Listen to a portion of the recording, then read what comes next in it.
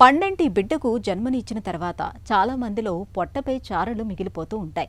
కొంతమందిలో ఇవి కాలానుగుణంగా మాయమైపోతే మరికొందరిలో అలాగే మిగిలిపోతూ ఉంటాయి.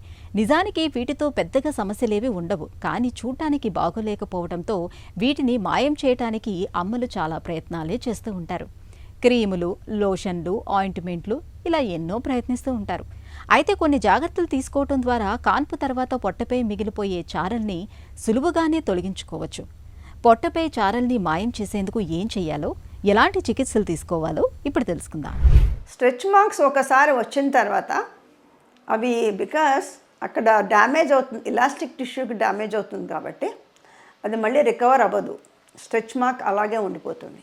ఇప్పుడు ప్రెగ్నెన్సీ తర్వాత పొట్ట దగ్గర ఎక్కువ స్ట్రెచ్ అవుతుంది కాబట్టి అక్కడ స్ట్రెచ్ మార్క్స్ వచ్చే ఛాన్సెస్ ఎక్కువగా ఉంటాయి. సో దాని మూలంగా ఆ స్ట్రెచ్ మార్క్ ప్రెగ్నెన్సీ తర్వాత ఈజీగా తెలుస్తుంది. అందుకని పొట్ట దగ్గర స్ట్రెచ్ మార్క్స్ ఉన్నాయంటే వాళ్ళకి ప్రెగ్నెన్సీ వచ్చింది అని తెలుస్తుంది అనమాట.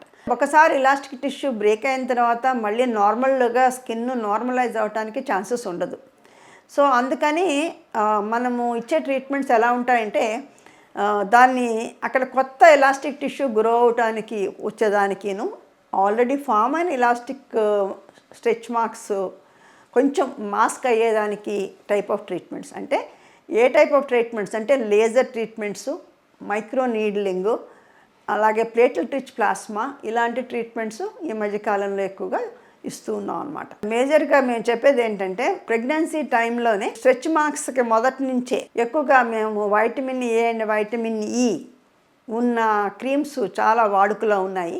వాటిని రెగ్యులర్గా 2 times morning and evening stretch marks ఎక్కడైతే వస్తుంటాయో అది కొంతవరకు రెగ్యులర్గా 5 to 6 months డెలివరీ అయిన తర్వాత కూడా కంటిన్యూ చేయమని చెప్తాను.